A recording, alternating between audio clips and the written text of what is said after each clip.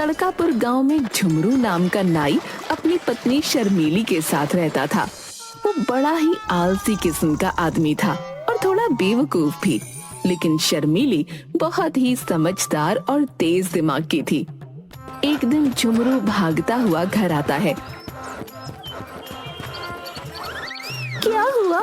ऐसे भागते हुए क्यों आ रही हो, जैसे तुम्हारे पीछे पागल कुत्ता पड़ गया हो? अरे अरे वो चौधरी के लोग मुझे पीटने के लिए आ रहे हैं। क्या कर दिया तुमने? मैं तो तंग आ चुकी हूँ तुम्हारी हरकतों से। मैंने क्या किया? मैंने तो कुछ भी नहीं किया। तो वो लोग क्या पागल हैं जो तुम्हें पीटने आ रहे हैं? तभी दरवाजे पर, अरे ओ झुमरू के बच्चे, बाहर निकल। क्या हुआ भाई जी, क्या बात है?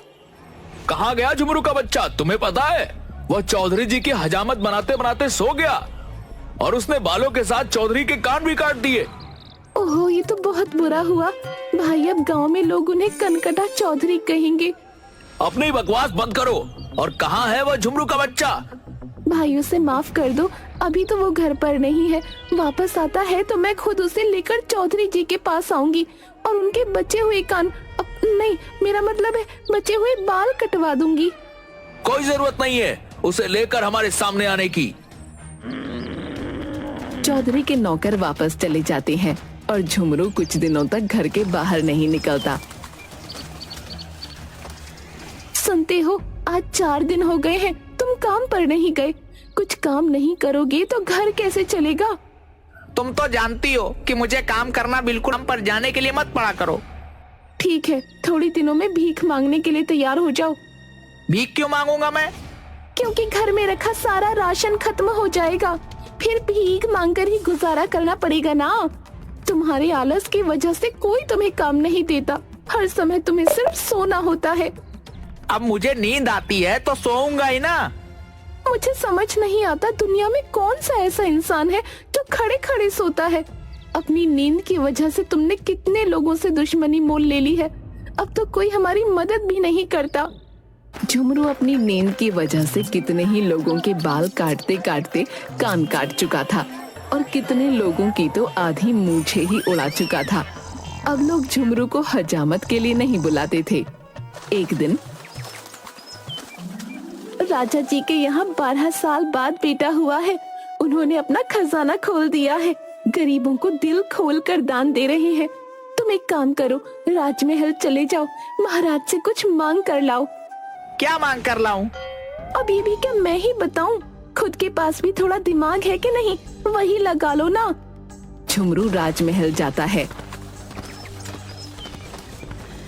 महाराज, मुझे भी कुछ दान में दे दीजिए। क्या चाहिए तुम्हें, बोलो।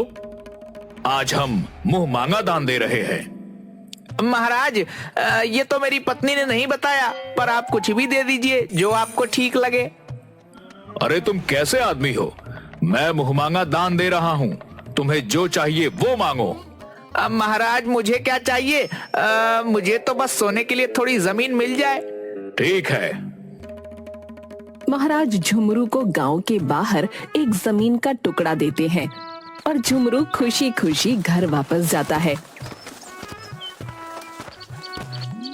आ गए तुम? क्या लाए हो महाराज से? जल्दी से दो, मैं कुछ खाने का इंतजाम करती हूँ। महाराज ने मुझे जमीन का टुकड़ा दिया है। हे भगवान, तुम्हारे पास अकल है कि नहीं? हम जमीन के टुकड़े का क्या करेंगे? ये तो तुम्हारी गलती है। मैंने तुमसे पूछा था कि महाराज से क्या मांगना है, तुमने ही मुझे कुछ नहीं बताया। तो तुमने महाराज से क्या कहा? मैंने उनसे कहा कि आप मुझे कुछ भी दे दीजिए। महाराज ने कहा कि वह मुंह मांगा ही नाम दे रहे हैं।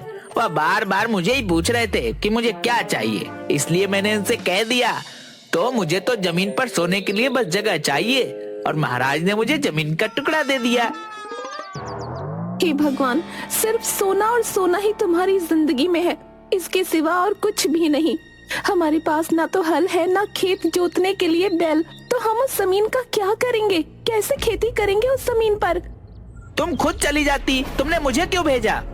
बस यही गलती कर दी मैंने जो तुम्हें महाराज के पास भेज दिया। शर्मीली बहुत समझदार थी, उसने ठान लिया था कि वो इस जमीन पर खेती करेगी। रात भर सोचने के बाद दूसरे दिन सुबह झुमरू को लेकर उस जमीन पर जाती है। मेरी बात ध्यान से सुनो जी, मैं जैसे जैसे करूंगी मुझे देखकर बस वैसे ही करते जाना और किसी से कुछ कहने की जरूरत नहीं है। ठीक है। शर्मीली और झुमरू जमीन पर इधर उधर घूमने लगते हैं जैसे वो कुछ ढूंढ रहे हों। जैसे ही एक राहगीर को देखते तो जमीन पर बैठ जाते। लोगों को ऐसा लगता कि वे दोनों उन्हें देखकर रुक गए। राहगीरों के साथ साथ नगर के 5 बड़े चोरों की नजर भी शर्मीली और झुमरू पर पड़ती है। ऐसा लगता है कि यह दोनों कुछ ढूंढ रहे हैं इस जमीन पर। तुम बिल्कुल ठीक बोल रहे हो, मुझे भी ऐसा ही लग रहा है, क्योंकि जब वे दोनों किसी को आते देखते हैं तो एकदम से रुक जाते हैं, मानो वह किसी दूसरे को ये नहीं बताना चाहते हैं कि वह दोनों क्या ढूंढ रहे हैं। काफी देर के बाद उनमें से एक चोर शर्मीली के पास आता है। क्या हुआ बहन, कुछ ढूंढ रही हो क्या? नहीं नहीं, मैं तो कुछ भी नहीं ढूंढ रही। अरे बहन, तुम मुझे बता सकती हो। अगर तुम बताओगी तो मैं भी तुम्हारा मदद करूंगा। शर्मीली पहले तो थोड़ी नानुकुर करती है, फिर चोर के बार बार कहने पर उसे बताती है। भाई, ये जमीन मेरे दादाजी की है। बहुत साल पहले उन्होंने इस जमीन में सोने और चांदी से भरा घड़ा कहीं पर दबा दिया था। उस जगह का सही पता बताने से पहले ही उनकी मृत्यु हो गई। मैं और मेरे पति उसी घड़े को ढूंढ रहे हैं, लेकिन आपकी बात किसी को मत बताना। हाँ बहन, तुम मुझ पर भरोसा कर सकती हो, लेकिन मुझे लगता है कि तुम्हें मजदूरों की सहायता से इस पूरे खेत को खोदना चाहिए ताकि आसानी से तुम्हें वह घड़ा मिल जाए। अरे हाँ, ये तो आपने बिल्कुल सही सलाह दी। आपका बहुत बहुत धन्यवाद भाई। मैं मजदूरों को लाकर खेत की खुदाई करवाती हूँ। लेकिन अब तो अंधेरा होने वाला है बहन, तुम यह काम कल सुबह सुबह करवा लेना। आपने बिल्कुल सही कहा। मैं कल सुबह जल्दी मजदूरों के साथ आकर खेत की खुदाई का काम करवा लूंगी। वो दोनों घर वापस चले जाते हैं। वो चोर अपने बाकी 4 साथियों के साथ मिलकर पूरे खेत की खुदाई कर देता है, लेकिन उन्हें वहाँ कुछ नहीं मिलता। दूसरे दिन सुबह शर्मीली और झुमरू खेत पर वापस आते हैं। देखा तुमने, खेत की खुदाई हो गई है। तुम यहीं रुको और किसी से कोई बात मत करना, मैं अभी आती हूँ। शर्मीली गांव के बनिए के पास। सेठ जी, मुझे थोड़ा गेहूं उधार दे दीजिए। उधार तो दे दूं, तुम वापस कैसे करोगी? तुम्हारा पति तो कुछ काम भी नहीं करता। मैं जानती हूँ, लेकिन कुछ समय बाद मैं इसका 3 गुना गेहूं आपको वापस कर दूंगी। शर्मीली उस गेहूं को जमीन पर बो देती है। कुछ समय बाद उम्मीद से ज्यादा अच्छी फसल होती है, लेकिन सभी चोरों की पूरी नजर शर्मीली और झुमरू पर होती है। गेहूं काटने के बाद शर्मीली सेठ को 3 गुना गेहूं वापस कर देती है और कुछ गेहूं बेचकर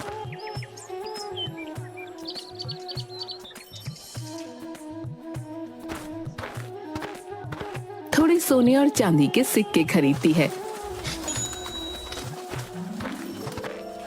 उस रात चोर शर्मीली के घर आते हैं। इस फसल में तुम्हें हमें भी हिस्सा देना होगा, क्योंकि तुम तो जानती हो उस जमीन को खेती लायक खोद कर हमने ही तैयार किया था। मैंने तुम्हें बताया तो था, उस जमीन में सोना मौजूद है। तुम इतनी मेहनत करने के बाद भी उसे हासिल नहीं कर सके, लेकिन वो घड़ा मुझे मिल गया और मेरे पास है। तुम्हारा उस पर कोई हक नहीं। मैं तुम्हें कुछ नहीं दूंगी। ठीक है, तुम संभाल कर रहना, हम अपना हिस्सा खुद ले लेंगे।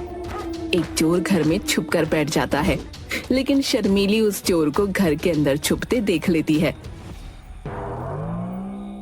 झुमरू चोरों की बात से थोड़ा डरा हुआ था। तुमने बेकार में ही चोरों से दुश्मनी मोल ली, अब ना जाने वह क्या करेंगे। डरने की कोई जरूरत नहीं है। हाँ, तुमने वह सोने और चांदी के सिक्के कहाँ रखे हैं?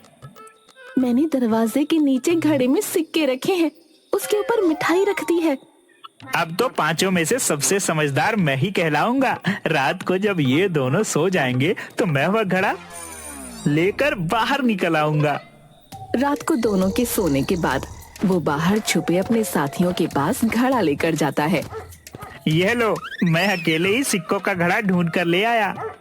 तुम तो बड़े हिम्मती निकले। हम सब तो ऐसे ही तुम्हें कमजोर समझते थे। अब तो मान गए। बड़ी मेहनत करी मैंने, मुझे भूख भी बहुत लग गई है, इसलिए आते आते इस घड़े में थोड़ी मिठाई भी रख लिया है। चलो पहले हम सब बैठ कर ये मिठाइयाँ खाते हैं। सारे चोर मिठाई निकालकर मुंह में डालते हैं, लेकिन शर्मीली ने मिठाई की जगह मिर्ची के लड्डू बनाकर रखे होते हैं, जिसे खाकर उनकी हालत खराब हो जाती है। दूसरे दिन सुबह वो सारे चोर बहुत गुस्से में वापस शर्मीली के घर जाते हैं। आ गए तुम लोग, कैसी रही रात की दावत? तुम्हारी शक्लें देखकर लगता है दावत बड़ी ही स्वादिष्ट थी। तुमने जो किया वो बहुत गलत किया है। अब तुम सावधान रहना, हम तुम्हें नहीं छोड़ेंगे। एक चोर मौका पाकर वहाँ छुप जाता है। शर्मीली उस चोर को छुपते हुए देख लेती है। रात को तुमने उन सिक्कों को कहाँ रखा है? मुझे तो चोरों की बात से डर लग रहा है, ना जाने वह क्या करेंगे। तुम फिक्र मत करो, मैंने उन सिक्कों को नीम के पेड़ पर लटका दिया है।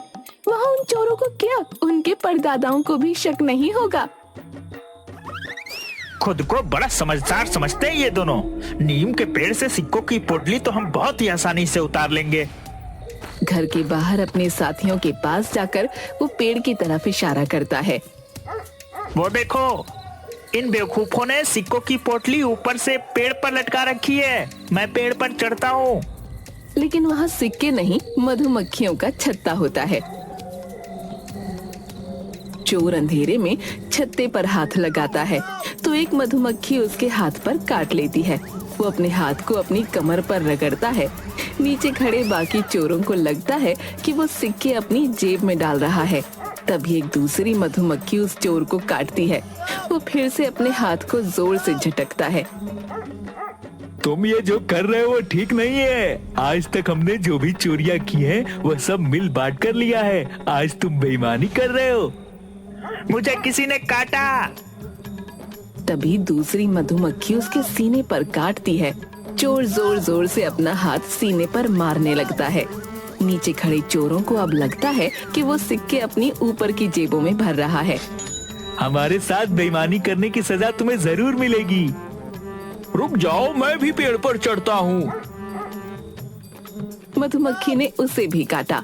उसने भी अपना हाथ अपनी कमर पर मारा।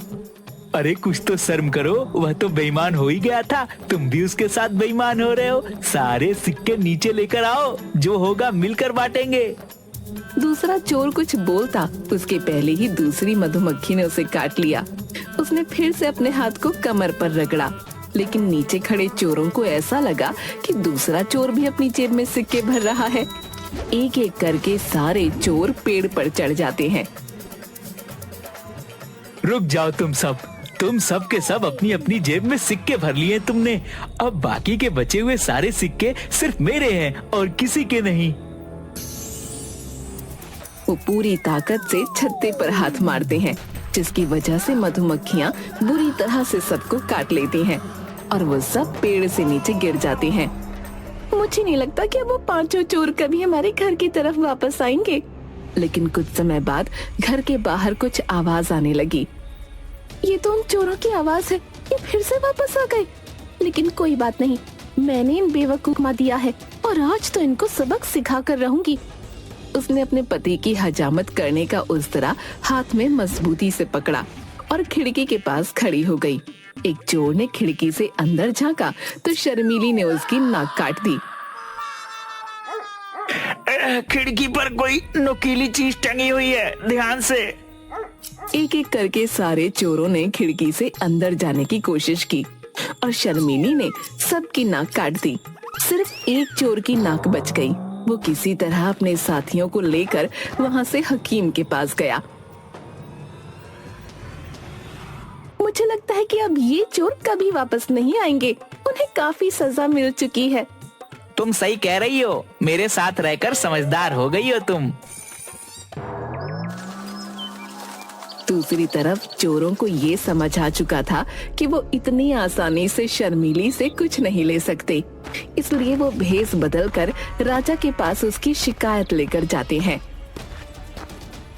महाराज, शर्मीली और झुमरू ने हमसे अपनी फसल का आधा हिस्सा देने की बात कहकर अपने खेत में खुदाई का काम करवाया, लेकिन बाद में जब फसल अच्छी हुई तो वह अपनी बात से मुकर गए। वह दोनों हमें फसल में कोई हिस्सा नहीं दे रहे महाराज, आप हमें न्याय दिलाइए। शर्मिली और झुमरू को दरबार में बुलाया जाए।